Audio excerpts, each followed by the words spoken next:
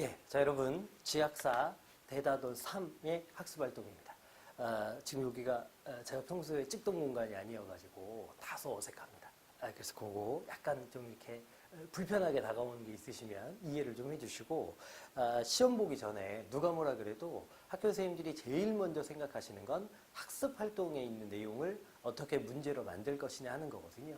그래서 이제 그게 시험에 나오기 전에 꼭 정리가 돼야 되는데 제가 일단은 정리하시라고 교사용 교과서를 따로 드리긴 했는데 그래도 좀 불안한 게 있습니다. 그래서 제가 직전 대비나 그 전 시간 즈음에 요거 제가 정리하는 시간을 가질 거거든요. 근데 이제 그 전에 영상으로 또 짤막하게 그래서 제가 가볍게 보여드릴 거니까 요 정도 내용은 나중에 쓰실 수 있도록 연습해 갖고 오셔야 된다. 이게 제가 바라는 바입니다. 자, 그러면 단군 신화부터인데요. 가볍게 보여드릴게요. 1-1번. 단군 신화를 읽고 다음 활동을 해보는데 단군이 세상에 태어나게 되기까지의 과정을 간단히 정리해서 말해보자. 여러분 요거 교사용 교과서가 있는 학생은 그거를 갖고 보면서 들으셔도 좋겠거든요. 아니면 그냥 교과서를 펴고 들으셔도 좋습니다. 그래서 핵심이 되는 것만 제가 짚어드릴 거고 그럴싸한 예시 답안은 제가 드렸던 교사용 교과서를 좀 활용해 보시면 좋겠는데 요거 태어나기까지의 과정도 제가 정리해 드릴 필요는 없겠죠. 꼭 확인 부탁드리겠습니다. 두 번째, 이 신화에 나타난 건국인역, 홍익이까지죠.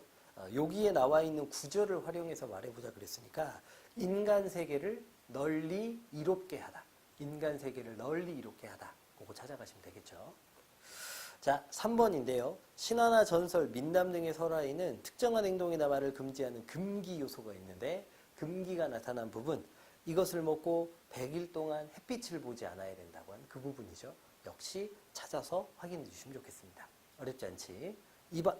단군 신화에 나타난 신화로서의 성격과 시대 상황에 주목해 다음 활동을 해보자. 첫 번째, 다음을 참고해 단군 신화는 어떤 유형의 신화인지, 여러분 요거 건국 신화죠. 나라를 만든.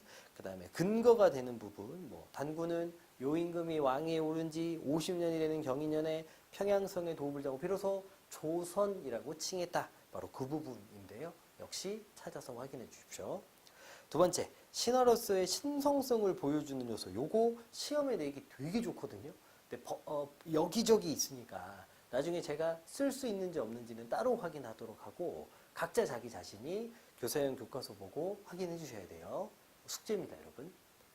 3번, 단군 신화가 형성되던 무렵의 사람들은 어떤 경제 생활을 했느냐? 풍백, 우사, 운사를 통해 봤을 때 농경사회였다는 거 기억하시죠? 4번, 다음 설명을 참고해 토템 신앙의 측면에서 단군 신화 내용을 해석해보자. 토템 신앙은 곰하고 호랑이, 곰 믿는 부족, 호랑이 믿는 부족, 요 이야기인데요. 역시 교사용 교과서의 예시다. 확인해 주시고. 5번, 사람들이 문자를 사용하기 이전에는 단군 신화가 어떤 방식으로 향유되었을지 추측해보고, 요거 입에서 입으로 전해지는 걸 구전이라고 하는데 구전 문학이었겠죠. 문자가 없었으니까. 그래서 그 내용도 확인해 주십시오. 3번으로 갑니다. 고구려 건국 신화 중에 주몽 신화의 일부인데 1번, 단군 신화에서 주몽 신화의 해모수와 비슷하는 거 그렇게 생각한 이유 그랬거든요. 환웅이죠, 환웅 비슷한 거. 그 다음에 이제 신성한 사람이라는 게 비슷한 건데 그 주몽 신화에 보면 해모수가 용이 끄는 수레를 타고 어쩌고 저쩌고 이제 그런 부분들 역시 확인해 주시면 되겠습니다. 2번에 단군 신화하고 주몽 신화 그 여자들의 공통점과 차이점. 공통점은요, 건국 시조의 어머니가 된다는 거죠. 건국 시조의 어머니. 그 다음에 고난을 겪어야 됐다는 거. 웅녀는 곰이 사람이 되려고 쑥과 마늘로 버텼고 유화도 아버지 때문에 또 고통을 겪고 그러잖아요. 차이점은 근데 웅녀는 동물이 인간이 된 거고 그 다음에 유화라는 여자는 원래부터 신성한 여자였고 요 정도가 되겠습니다. 3번, 주몽신화에서 단군신화와 같이 신성성을 보여주는 부분, 아까 말씀드린 해모수가 5마리 용이 끄는 수레를 타고 어쩌고 저쩌고 그 부분으로 확인해 주시면 되겠네요. 자, 그 다음에 두 번째는요, 공무도화가로 가보겠습니다. 첫 번째 보시면 공무도화가를 감상하고 다음 활동을 해보자. 배경설화를 고려할 때 이 작품의 상황은 남편과 이별 내지는 사별한 상황이죠. 두 번째, 시상전개를 도식화하건대 정서가 어떻게 바뀌었느냐. 안타까움의 감정이 슬픔, 탄식, 체념 형태로 변하고 있다. 가볍게 정리해 주시고 역시 교사형 교과서 확인해 주십시오. 2번인데요. 문학사적 가치. 요게 중요하죠. 1번에 보면 다음 글을 참고해 한국 문화사에서 공무도화가의 가치에 대해서 말해보자는 건데 집단가요에서 개인의 감정을 노래하는 서정시로 이행하는 단계, 그 과도기적 단계에 있는 작품이다. 이게 아주 중요하니까 꼭 기억해 주십시오. 두 번째입니다. 물이 가진 상징적 의미. 여러분 저희가 여러 번 배웠죠. 사랑, 이별, 죽음 그거 위주로 정리해 주시고 3번에 보면 황조가하고 비교해 놨네요. 1번 공통점과 차이점. 공통점은 헤어졌다는 거죠.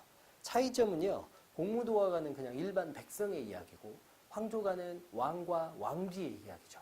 더 나아가서 공무도화가는 죽음 때문에 헤어지는 거고 황조가는 질투로 인한 이별이니까 정리 한번 해봐 주시고 2번 먼 과거의 노래가 오늘날에도 감동을 주는 이유. 어차피 헤어지고 마음 아파하는 감정은 똑같기 때문이겠죠. 보편적 정서라서 그렇습니다. 역시 교사형 교과서 확인해 주십시오. 제 망매가로 넘어갑니다. 1-1번 이 시의 화자는 어떤 상황에 처해 있느냐. 누이를 위한 제사, 추모의식을 지내고 있는 거죠. 2번 식구가 무엇을 비유했느냐. 이른 바람, 이해제에 떨어질 잎. 한 가지 엄청나게 해서요. 우리 꼭 확인하고 맞춰주십시오. 죽은 누이, 요절, 죽은 누이, 한부모 아시죠? 2번 향가로서의 특징과 의의에 주목해 다음 활동을 해보자. 여러분 1번에 보면 이 작품은 한자를 이용해 우리말을 표기하는 차자 표기인 향찰로 기록되어 있다 그래서 향찰에 대한 내용이 나와 있는데 이거는 각자 한번 읽어보시면 되겠고 두 번째 월명사에 대해 서술한 글의 일부인데 제망마가가 지어진 시대의 문화에는 어떤 특징이 있었느냐. 불교 중심의 사회였고 주술적인 문화가 있었다. 역시 확인해 주시면 되겠습니다. 3번에요. 제망매가 제9구의 시조에 어떤 영향을 끼쳤느냐. 이거 엄청 중요한 거죠.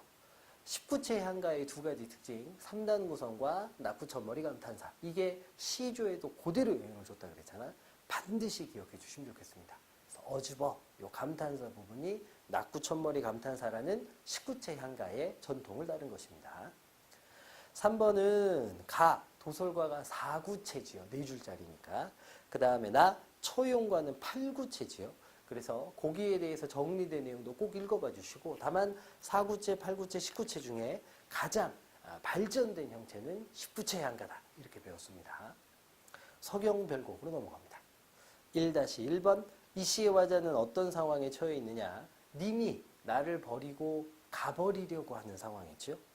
떠나려고 함 내지는 떠나버림 다 좋습니다. 두 번째 기니딴 아질과 기니딴 그치리이까의 의미 그랬는데요.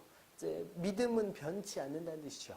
변함없는 마음을 이야기하고 있는 겁니다. 3번 사공에게 위협하는 말 왜 그러느냐. 배를 못 가게 하려고 그러는 거죠. 오빠가 가면 안 되니까 모두 확인해 주십시오.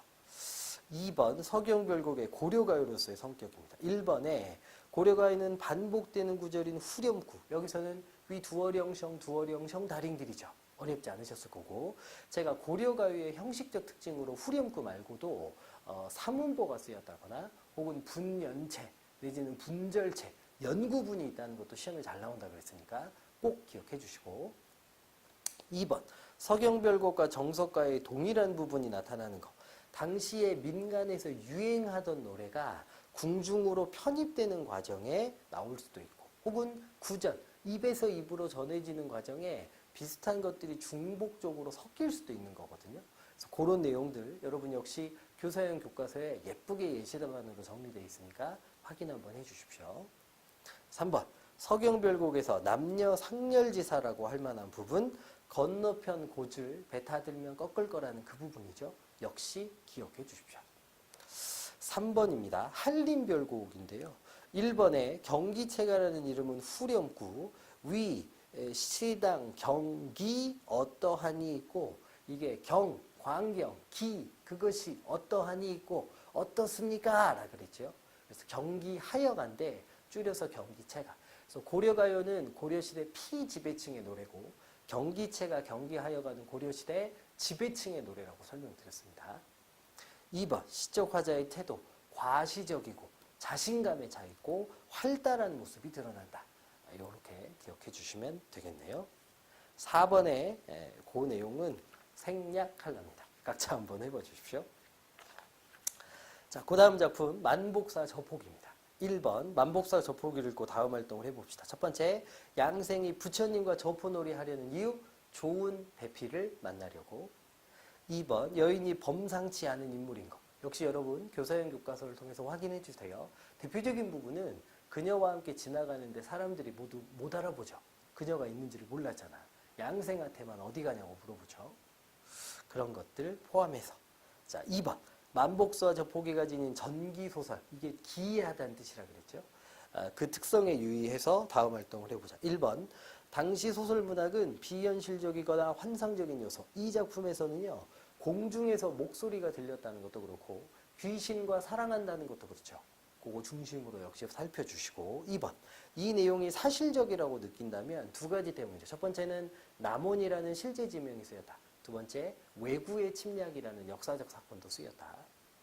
3번, 한시의 기능. 여러분 삽입시의 기능 저희 정말 여러 번 얘기했습니다. 정서를 강조하는 게 주된 기능이고요. 그 외에도 낭만적이고 소설적인 분위기를, 서정적인 분위기를 만들어주기도 한다. 기타 등등 확인해 주십시오. 3번인데 이생주장전인데요. 친구들하고 공통점을 찾아보라 그랬죠. 귀신과 사랑을 나눈다는 거. 그 다음에 결국 사랑이 뭐 이렇게 완벽하게 이루어지지 못하고 헤어지게 되고 남자 주인공은 그녀를 잊지 못하고 뭐 나중에 죽게 되고 이런 것들이 공통점인데요. 역시 확인해 주시면 고맙겠습니다. 자, 도산 12곡으로 갑니다. 1-1번 자연에 대한 화자의 태도가 가장 직접적으로 나타난 식구 천석고왕이겠죠. 적으시면 되겠고. 두 번째, 지난날을 반성하며 앞으로 학문에 열중하겠다. 요거 십수, 다른 데 마음 쓰지 않겠다. 3번, 자연에 동화돼 그 덕을 예찬하는 마음. 여러분, 요거는 11수로 보시는 거죠. 11수. 예. 그렇게 확인해 주십시오. 자, 그 다음 2번입니다. 다음 활동을 해보자. 1번, 도산 12곡 사수를 언지와 언학, 언지에 해당하는 게 1수, 2수, 언학에 해당하는 게 10수, 11수 이렇게 되죠. 2번, 이왕이 한시가 아닌 우리말로 노래하는 이유 그랬는데요. 요거는 이제 윗글에 잘 나와 있습니다만 결국 아름다운 노래를 만들려면 사람들이 이 쓰는 말을 가지고 해야 된다고 이렇게. 그러니까 결국 작가가 노래할 수 있으려면 우리말 노래가 필요하다 그랬고 그래야만 이익이 생긴다 그랬거든요. 그 내용을 중심으로 여러분 교사형 교과서 확인해 주십시오. 3번에 조선시대의 시조를 향유하는 방법은 어떤 것이었을까? 결국 부를 수 있어야 된다는 거니까 우리처럼 책으로만 보는 게 아니라 직접 노래하는 방식이었다고 저희가 생각해 볼 수 있겠죠. 그렇게 정리해 주십시오. 3번입니다. 저기 윤선도의 어부사시사가 나왔죠. 1번 화자의 처지에는 어떤 공통점이 있느냐? 자연과 함께 지낸다는 거죠. 2번 자연을 대하는 화자의 태도에는 어떤 차이점이 있느냐? 도산 12곡은요. 거기서 뭔가 배움을 얻죠. 우리도 저렇게 해야 된다. 그런데 어부사시사는요. 있는 그대로의 자연을 그저 즐기고만 있습니다. 그치? 자, 마지막 송미인곡이 되겠네요. 1번입니다. 이 작품은 두 여인이 대화하는 형식으로 이루어져 있는데 첫 번째 등장하는 감녀는 보조 역할만 한다 그랬죠. 그거 위주로 정리하시면 되겠고 2번 두 번째 등장하는 여인의 첫 번째 말에 처음과 끝어절을 쓰고 첫 문장에는 어떤 심정. 자, 첫 번째 어와로 시작해가지고 타시로다 이렇게 끝났는데요. 어떤 심정이냐? 하소연을 하고 싶은 심정이죠. 가슴 속에 있는 말을 꺼내고 싶은 겁니다. 3번 마지막 구절 각시님 다리야 카니와 구준비나데 쇼쇼. 여러분 요거 적극적 사랑에 대한 내용이었죠. 직접 그 슬픔을 가서 얘기해라. 이런 의미로 정리하시면 되는데 역시 교사형 교과서 확인해 주시면 되겠습니다. 나중에 쓸 때는 다 써야 돼. 알겠지? 2번 송미인곡의 갈래적 특성. 1번 이 작품은 임금을 향한 변함없는 충성된 마음을 표현하는 충신 연주지사인데요. 그럼 미인은 누구냐? 임금님이죠. 백옥경은 임금님과 함께 지냈던 궁궐이고 구름은 장애물인데 저희가 간신으로 정리하기로 했죠. 정적, 정치적 적이라는 말인데 그것도 괜찮습니다. 2번 송미인곡의 형식적 특징. 여러분 요거 가사잖아요. 그러니까 시조하고 똑같이 사음 보고 그 다음에 정격 가사냐 변격 가사냐로 나누면 정격 가사에 들어간다 그랬어요. 사음보 정격 가사. 송미인곡의 가치 그랬는데요. 우리말의 아름다움을 아주 잘 살렸다. 그거 중심으로 정리하시면 되겠죠. 3번은요. 정과정이라는 작품이 소개되어 있습니다. 그래서 이제 정과정에는요.